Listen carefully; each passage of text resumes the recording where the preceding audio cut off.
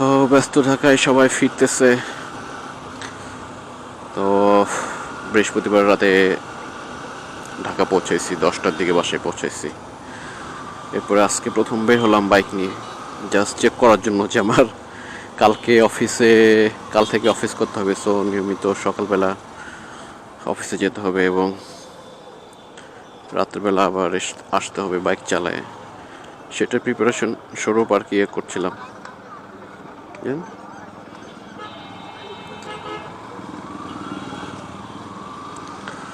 সেটার প্রিপারেশন স্বরূপই আর কি একটু জাস্ট রাইডে বের হয়েছি আর কি, হালকা রাইড।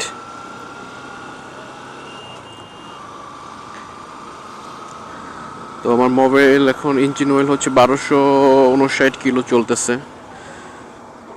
এটা 1500-তে চেঞ্জ করা যায়, কিন্তু তখন চেঞ্জ করব নাকি এখনই চেঞ্জ করব এটা চিন্তা করতেছি।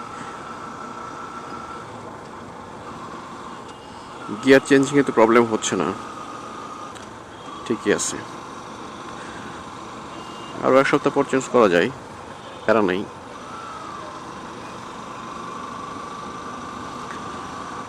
ইঞ্জিন অয়েল যত বেশি মানে সতর্কতার সাথে এবং সময় মতো মানে চেঞ্জ করা হবে, তত ইঞ্জিনের জন্য ভালো। এটা ইঞ্জিনের হেলথটা ভালো থাকে।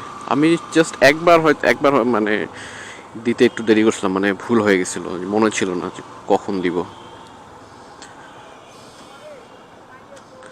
তো এরপরে খুব টেনশনে পড়ে গেছিলাম যে আল্লাহ, এতদিন ইঞ্জিনে অয়েল চেঞ্জ করি নাই, যদি কোনো গাড়ির ইঞ্জিনে ঝামেলা হয়, ঠিক আছে।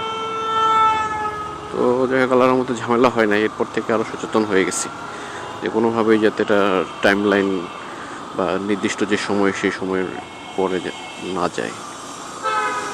আপনারা সবাই এ বিষয়ে সচেতন থাকবেন যাতে আপনাদের ইঞ্জিন অয়েলটা অ্যাটলিস্ট টাইমলি চেঞ্জ করা হয়। ইঞ্জিন অয়েলের সাথে ফিল্টারটাও, কারণ আপনি 800 টাকাতে ইঞ্জিন অয়েল চেঞ্জ করলে আপনি 150 টাকাতে ফিল্টার চেঞ্জ করতে পারবেন না। অবশ্যই পারবেন। শুধু মানে ওই জায়গাতে কিপটামি করে লাভ নেই। তো ঠিক আছে, thank you for watching my blog. বেশি বেশি লাইক, কমেন্ট দিবেন, শেয়ার করবেন, and help me grow better every day. Thank you, bye by.